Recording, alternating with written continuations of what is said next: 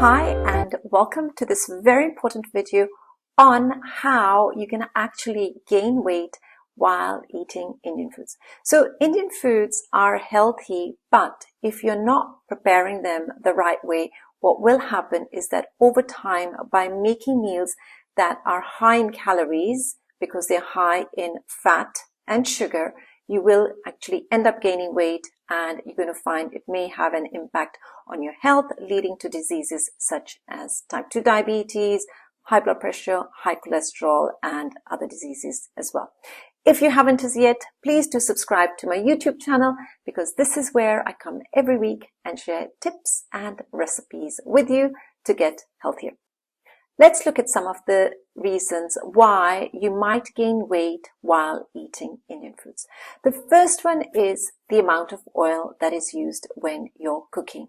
Now, traditionally, while growing up, most of us have had delicious Indian meals prepared by our mothers, and it usually tastes good because there was a lot of oil in it. And over time, we've realized that having too much oil in our food is going to lead to obesity. It's going to be leading to heart disease as well. So we want to reduce the oil, but how much is really too much to be having? The second thing I want to talk about is what types of oils should you be using. There are so many different oils available. There's ghee, there's coconut oil, there's all the vegetable oils as well. And which one should you really be using for your cooking? This is something so many people are also unsure about, and what I'll be discussing in my special class, which is weight loss while having Indian meals. The third issue while having Indian meals is that we love to have deep fried foods. Think here of your samosas, your bhajiyas, right? All those type of nice snacky foods that taste good, but because we end up having them over time, we're going to gain weight. So how can you actually have your snacks guilt-free without gaining weight? The fourth problem while having Indian meals that again is resulting us in having too much fat is the amount of cream-based recipes there are. You know, whether it's in your dals or in your chicken curries that you're adding it, or whether you're making butter chicken or you're having a lot of butter going into your dals, it's going to result in too much fat in your diet. And we know we should not be having too much fat in our diet, because there is this association with too much fat and heart disease. The next reason that we don't want to be having, meals made unhealthily is the sugar content.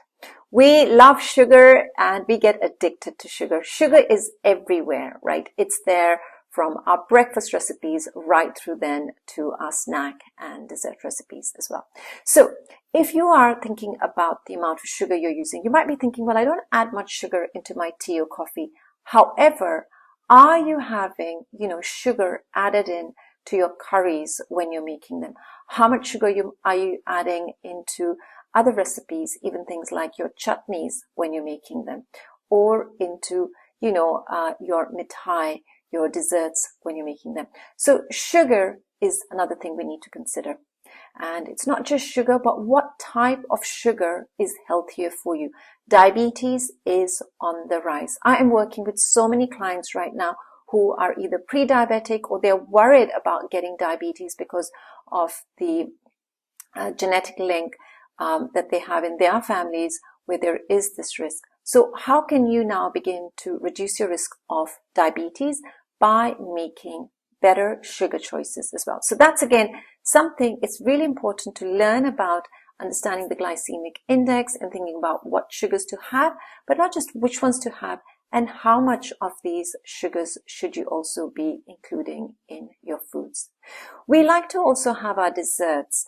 And when we think about the desserts, think about what swaps can I now make so that the dessert can be enjoyed guilt-free, and yet you learn also the portion sizes of your treats when you're having them. Another problem often with our foods is we like to use a lot of salt. Again, it adds flavor, but there is a link between salt and blood pressure, and you've got to begin thinking about, how much salt to be adding into your foods. And instead of using too much salt, I'm going to be sharing with you tips on what other flavors, herbs, spices that you can use.